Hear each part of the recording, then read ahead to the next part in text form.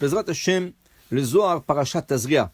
Dit le Zohar, Tahazé, viens voir. Le Zohar, il nous disait, viens voir. Le Zohar, il voyait des choses claires. Dans le Talmud, on va trouver le terme Tashema, viens écouter. On écoute. C'est sûr que quand on voit, c'est plus que qu'on entend. Le Zohar, Rabbi Shimon Bar Yochai, il voyait des choses qu'on ne peut pas voir. Lui, il avait des yeux qui pénétraient la matière. Alors il nous dit, Tahazé, viens voir, je t'enseigne quelque chose. Bisharta, dit Karesat le Gabé Adam, quand on a emmené Hava pour Adam, Kucha Berichou, Barichlon. Akadosh Baruch Hu a béni Adam et Hava. Hadaou Dichtiv, c'est ça qui est écrit dans la Torah, de chapitre 1. Verset 28, Vaivarech otam Elokim, et Dieu les a bénis. Kechazan, demvarech la kala b'shavachot, comme le Hazan ou le rabbin qui bénit le Hatan et la kala avec Sheva brachot. De là, nous dit la Gemara que kala, kala, elle a besoin de bracha, qui veut dire quoi? Tu veux consommer un mariage? Avant de consommer un fruit, qu'est-ce que tu fais? Tu fais un bracha. Boré pri ha'etz, boré pri adama, chacun est bidvaro. Alors pour une femme aussi, avant de consommer son mariage, il y a un bracha. Quelle la bracha? Pas une bracha, boré pri adama, mezonot, ha'etz. Non, sheva berachot. Il y a 7 bénédictions pour la kala. La Gemara compare quelque chose. On est avant la période de Pesach. La Gemara dit, celui qui mange la matzah veille de Pesach, c'est comme s'il a consommé son mariage sans le sheva brachot. Tellement c'est grave. C'est sûr qu'il y a plusieurs coutumes. Il y en a qui ne mangent pas la matzah depuis Purim déjà, 1 mois. Il y en a qui ne mangent pas la dernière semaine. Et la halacha, elle exige seulement la veille de Pesach. On n'a pas le droit de manger la vraie matzah. Tu peux manger la egg matzah. Egg matzah, ce n'est pas une vraie matzah, c'est une matzah sucrée. Et la bracha, c'est maisonnant toute l'année. Pour tout le monde, Ashkenaz et Sepharad. Mais la vraie matzah, qui est la matzah shmura, tu n'as pas le droit de manger Erev Pesach. Mais retournons à notre sujet. Inkala a besoin d'une bracha. Sheva brachot. Le hatan, il doit faire sheva brachot, mais c'est le hazan ou le rabbin qui le fait pour lui. Et pendant 7 jours, chaque jour, le hatan et le kala sont bénis par sheva brachot. De là, vous comprenez l'importance d'organiser pour un hatan et un kala chaque soir sheva brachot. C'est 7 jours. Mais rien que pour que vous compreniez, c'est pas 7 jours cette bénédiction. Tu peux avoir autant de sheva brachot par jour comme tu veux. Tu peux avoir le sheva brachot dans le petit déjeuner. Tu peux avoir le sheva brachot à midi. Tu peux avoir le sheva brachot le soir. Les gens le font le soir parce que le soir, les gens sont plus disponibles. Mais si le matin, au petit déjeuner, tu as 10 personnes, tu fais sheva brachot.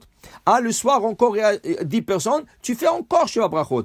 Tu peux faire autant que tu veux. Est-ce que tu vas dire non, ne donne pas la bracha? Haz v'shalom. Non, personne ne va dire ça. Tu peux faire autant de sheva brachot que tu veux. Mais le minimum, c'est 7 jours, une fois par jour. Et ça, de là, le décisionnaire dit combien c'est important d'avertir le hatan et la kala de ne pas partir en voyage de noces pendant le sheva brachot.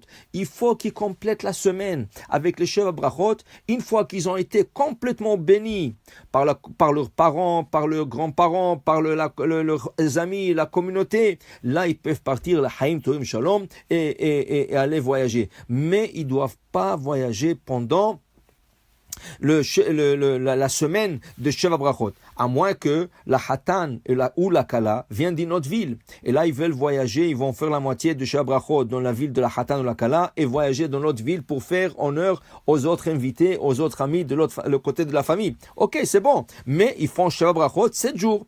Mais pas arrêter Sheva Brachot et aller et ne pas le faire. Et aussi assurer de faire le Sheva Brachot.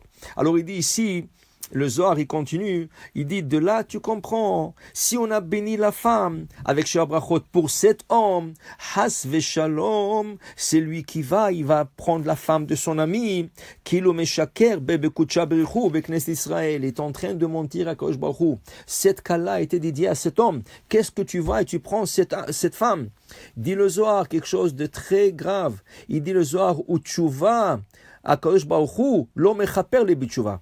Même s'il fait tchouva, Akadosh Baruch Hu le pardonne pas. Comment? Mais on sait que la tchouva pardonne tout. Tout la tchouva. Il dit de Zohar non. Ou tchouva talia adistalek ma'alma. cette tchouva qu'il fait, il doit faire tchouva. Il est obligé de faire la tchouva pour le péché qu'il a fait. Mais cette tchouva, elle est suspendue dans le ciel jusqu'au jour qu'il quitte ce monde. Il n'est pas pardonné jusqu'au jour qu'il quitte ce monde. Une fois qu'il a quitté ce monde, là il sera pardonné. Adaou dirtiv. C'est là qu'il dit le prophète Yeshaya, ça c'est un des péchés qu'une personne n'est pardonnée que après sa mort.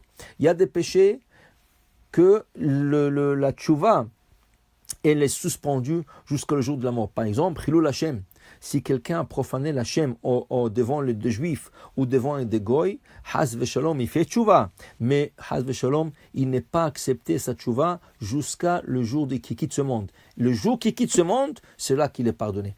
Alors pour dire Haz Veshalom, mais Shaker Beknest Israël, il pourra prendre la femme de l'autre. Ça c'est quelque chose de très grave. Rabbi Elazar dit. Et pire que ça, si la femme est tombée enceinte, et là, elle porte ce qu'on appelle le mamzer. Qu'est-ce que c'est mamzer? Une femme mariée avec quelqu'un qui va avec quelqu'un d'autre. Elle est mamzer. Pourquoi? C'est grave. Parce que parce que tu as forcé Akadosh Baruch Hu de créer maintenant un bébé. Le bébé, qui c'est qui le crée? C'est Akadosh Baruch Hu. Mais tu forces Akadosh Baruch Hu. Ça veut dire forcer Akadosh Baruch Hu. Akadosh Baruch Hu, il marche avec la teva, la nature. Oui, mais Akadosh Baruch Hu n'arrête pas la nature. Il laisse la nature continuer, mais cette nature du monde, qu'est-ce qu'elle fait? Elle est en train de créer un bébé qui est créé contre la volonté d'Hachem. C'est comme la Gemara nous explique qu'on n'a pas le droit de greffer deux fruits différents. Et quand tu greffes, tu crées un nouveau fruit. Alors tu crées quelque chose qu'Akadosh Baruch Hu ne voulait pas créer. Akadosh Baruch Hu pouvait le créer, mais il ne voulait pas le créer. Et tu forces Akadosh Baruch Hu le créer. Alors c'est pour ça que c'est un péché de greffer. Mais une fois ça a été créé, c'est fini. Alors on peut faire même la bracha, et même chez Chianu. Mais l'initial a été contre la volonté d'Akadosh Baruch Hu. Alors il dit ici, Haz Veshalom, de ne pas forcer Akadosh Baruch Hu de créer des mamzerim. Pour dire que tellement c'est grave et prendre la femme de l'autre. Et en plus de ça, on a appris que tellement c'est important que le Hatan et la Kala soient bénis par Sheva Berachot. Baruch Adonai Le'olam. Amen ve Amen.